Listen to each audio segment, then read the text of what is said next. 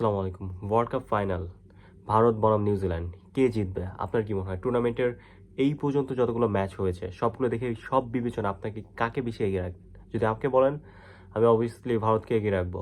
Even এটা ভারতকে এগিয়ে রাখার অনেকগুলো কারণ রয়েছে। যেহেতু ভারতে ওয়ার্ল্ড কাপ, সেহেতু ভারত কিন্তু এক্সট্রা একটা অ্যাডভান্টেজ নেবে। ভেন্যু ভারত হোক বা যে কোনো জায়গা হোক, ভারত কিন্তু খেলার মাঠের বাইরেও একটা অ্যাডভান্টেজ নিবে। আমরা যে দেখছি যে এই বারের ওয়ার্ল্ড কাপে ওয়েস্ট ইন্ডিজের এগেনস্টে যে ওয়েস্ট ইন্ডিজের একটা প্লেয়ার কিন্তু হিটমায়ারের তার যে আউটটা দেওয়া হয়েছে একদম লাস্ট ম্যাচে ভারতের সাথে, সেটা কিন্তু আসলে ব্যাটে টাচ করে না এবং স্পাইকও কিন্তু ওইভাবে দেখা যায়নি। কিন্তু যেহেতু খেলাটা ইন্ডিয়ার এগেনস্ট এবং ইন্ডিয়ার ওই ম্যাচটা জিততে হতো তাদের ফাইনালে, সেমিফাইনালে যাওয়ার জন্য, তারা সেই কাজটি করেছে এবং খুব ইজিলি, মানে যে চোরামি যে ব্যাপারটা সেটা কিন্তু ভারত খুব ভালো করতে পারে এবং সেম জিনিসটা হিটম্যানের ক্ষেত্রে করছে। তাকে একটা ফর্মে থাকা একটা ব্যাটসম্যান দারুণ ফর্মে ছিল, পুরো মোমেন্টাম চেঞ্জ করে দিত। ভারত হারবে হারবে এমন একটা অবস্থা, মানে হিটম্যান থাকলে কিন্তু ম্যাচের রানটা আরও বেশি হতো। তো সেই ম্যাচটায় ভারত চোরামি করে হিটমায়ারকে আউট করে দিচ্ছে এবং পুরো ম্যাচের মোমেন্টামটা নষ্ট করে দেয় এবং সে রীতিমতো শেষ পর্যন্ত কিন্তু ভারত জিতে। ইভেন আমরা যদি 2024 সালে ইন্ডিয়ার সাথে যে বাংলাদেশের যে ম্যাচটা ছিল, লিটন কুমার দাস অন্যভাবে কিন্তু জ্বলে উঠছিল, কিন্তু শেষে দিয়ে কি হয়, বৃষ্টির কারণে ভারত মানে ম্যাচটা কমায় আনে এবং ওইটা কিন্তু আসলে আমাদের যে ওভার যে কমানো 14 ওভারে যে 16 ওভারে যে খেলাটা করে দেয়, এটা কিন্তু কোনো দরকার ছিল না। ওই লেভেলে কিন্তু বৃষ্টি হয়নি, কিন্তু ভারত ইচ্ছা করে এটা কমিয়ে এনে রান রেটটা বাড়ায় দেয় এবং পরে বৃষ্টির পরে যে খেলাটা হয় আসলে কিন্তু বাংলাদেশ একদম হেরে যায় এবং মাঠের অবস্থা খুবই খারাপ ছিল। বল এগোচ্ছিল না, পিচের অবস্থা খারাপ হয়ে গেছিলো, সব মিলায় মোটামুটি শেষ হয়ে গেছে। কিন্তু বাংলাদেশ ওই ম্যাচটা জেতা ম্যাচটা কিন্তু হেরে যেত। ভারতের ক্ষেত্রে কিন্তু এই দিকটা খুব ইম্পর্টেন্ট যে ভারত কিন্তু চোরামি করবে।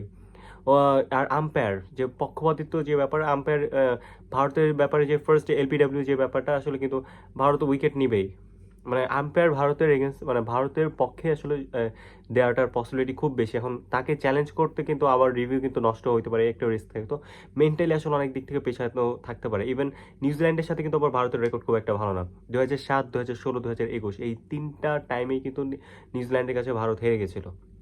অর্থাৎ এই বিশ্বকাপের রেকর্ডে কিন্তু একমাত্র নিউজিল্যান্ড ভারতের এগেনস্টে কিন্তু খুব বেশি ভালো। এবং ভারতের আরেকটা পজিটিভ দিক হলো 2024 সালের পর, সেমিফাইনালের পর ভারত কিন্তু এই পর্যন্ত কোনো টুর্নামেন্ট বা কোনো সিরিজ, টি-20 সিরিজ কিন্তু ভারত হারেনি। অর্থাৎ এইরকম ফর্মে তুঙ্গে থাকা একটা টিম, ইভেন খেলা যেহেতু হইতেছে ভারতের ঘরের মাঠে, সেহেতু তার আসলে হারার কোশ্চেন কিন্তু একদমই উড়াই দিয়েই চলে।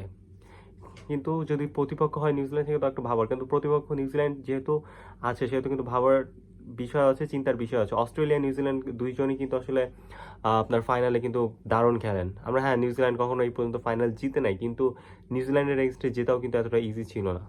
নিউজিল্যান্ডের এগেনস্টে জিততে কিন্তু মানে যথেষ্ট ঘাম ঝরাতে হবে। এমন না যে ভারত আসবে তুড়ি দিয়ে ম্যাচটাকে জিতায় নিয়ে যাবে, ব্যাপারটা কিন্তু এরকম না। নিউজিল্যান্ড কিন্তু যথেষ্ট শক্ত একটা প্রতিপক্ষ। ইভেন নিউজিল্যান্ডের ট্র্যাক রেকর্ডও কিন্তু যথেষ্ট ভালো, এতটা ইজিভাবে কিন্তু নিউজিল্যান্ড ছেড়ে দেবে না। নিউজিল্যান্ডের যথেষ্ট বড় বড় ব্যাটসম্যান আছে, বলার আছে। যদিও ভারতের এগেনস্টে তাদের ভালো করতে হলে আহমেদাবাদের মতো যে স্টেডিয়াম, এখানে কিন্তু লেফট আর্ম অর্থোডক্সের কিন্তু একটা কারিশমা থাকবে। ইভেন ভারতের বেশিরভাগ ব্যাটসম্যান কিন্তু লেফট আর্ম, তো সেই ক্ষেত্রে কিন্তু লেফট আর্ম অর্থোডক্স সব থেকে বেশি কার্যকর। কিন্তু ভারতের কিন্তু কিন্তু নিউজিল্যান্ডের মাত্র দুইজন স্পিনার রয়েছে, রাচিন রবীন্দ্রা, আরেকজনের নাম মনে পড়তেছে না, বাট এই দুইজনকেই কিন্তু ট্যাকেল দিতে হবে ভারতের এগেনস্টে। এবং আরেকটা জিনিস দেখা যাইতেছে, অনেকে বলতেছে যে ম্যাচে আহমেদাবাদের যেই ধরনের পিচ, ইভেন আইপিএলের কিন্তু দুঃখিত, আইপিএলের কিন্তু ফাইনাল কিন্তু এই আহমেদাবাদেই হয়েছে এবং সেক্ষেত্রে কিন্তু ম্যাচের রান কিন্তু 180 থেকে 190-এর মতো হয়েছে। যদি না আহামরি কিছু ভারত আর ইংল্যান্ডের ম্যাচ যেরকম হয়, যেমন অলমোস্ট প্রায় 495 রান হয়েছিল কিন্তু ইংল্যান্ড আর ভারতের এই যে লাস্ট যে ম্যাচটা হলো সেমিফাইনালে, সেটা কিন্তু এই ধরনের যদি সিচুয়েশন না হয়, তাহলে কিন্তু ম্যাচ কিন্তু নর্মালি অ্যাজ ইউজুয়াল যে ধরনের হয়, গড়ে 180 থেকে 190-এর মতো এর মধ্যেই থাকবে। তো এর মধ্যে থাকলে আরেকটা আহমেদাবাদের সব থেকে চমকপ্রদ বিষয় হলো, সেটা হলো পেসারদের একটা আধিপত্য থাকতে পারে যে কন্ডিশন। অ্যান্ড সেকেন্ডলি, পিচটা কেমন হবে এটা কিন্তু ইন্ডিয়া ভালো জানতে পারে। পিচের কন্ডিশন কিন্তু যে কোনো টাইমে বদলে দিতে পারে। যেমন আমরা জানি ইন্ডিয়ার কিন্তু জিম্বাবুয়ের এগেনস্টে অনেক বেশি তাড়া করে যে তার একটা টার্গেট ছিল এবং এটা করতে হতো, না হলে কিন্তু তারা সুপার যেই দুঃখিত সুপার যে 8-এ যে একটা যাওয়ার সম্ভাবনা, সেটা কিন্তু অনেকাংশে কমে যেত। তাদের ডিরেক্টলি কোয়ালিফাই করতে পারতো না, তাদের অনেক কিছুর উপর ডিপেন্ড করতে হতো। সেই ক্ষেত্রে ভারত কিন্তু এক ধরনের চরমে করছে। বিদেশ থেকে এক ধরনের রাসায়নিক পদার্থ এনেছে মাঠকে শুকনো রাখার জন্য, এবং ক্রিকেটটা তাদের পিচটা কিন্তু একদম ব্যাটিং উইকেট হয়, ব্যাটিং ফ্রেন্ডলি হয় ভারতের মতো করে। তারা কিন্তু ওই ধরনের পিচই ক্রিয়েট করে রাখছে। তো নিউজিল্যান্ডের ক্ষেত্রেও কিন্তু এমন কিছুই তারা করবে, তারা নিজেদের মতো এক ধরনের পিচ বানায় রাখবে, যেটা কিন্তু ইন্ডিয়া খুব ভালো মতো জানবে, কিন্তু সেই ব্যাপারে কিন্তু খুব একটা বেশি আন্দাজ করতে পারবে না নিউজিল্যান্ড, এবং নিউজিল্যান্ড কিন্তু ধরাটা এখানে খাইতে পারে।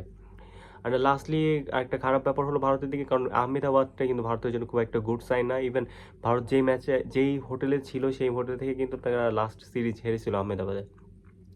এইটার পরিপ্রেক্ষিতে কিন্তু ভারত তাদের হোটেলও মানে চেঞ্জ করে দিয়েছে, যেহেতু এটা অশুভ একটা জিনিস তারা এত সিরিয়াসলি নিতেছে, একমাত্র ভারতের ক্ষেত্রে সম্ভব অশুভ শুভ জিনিস।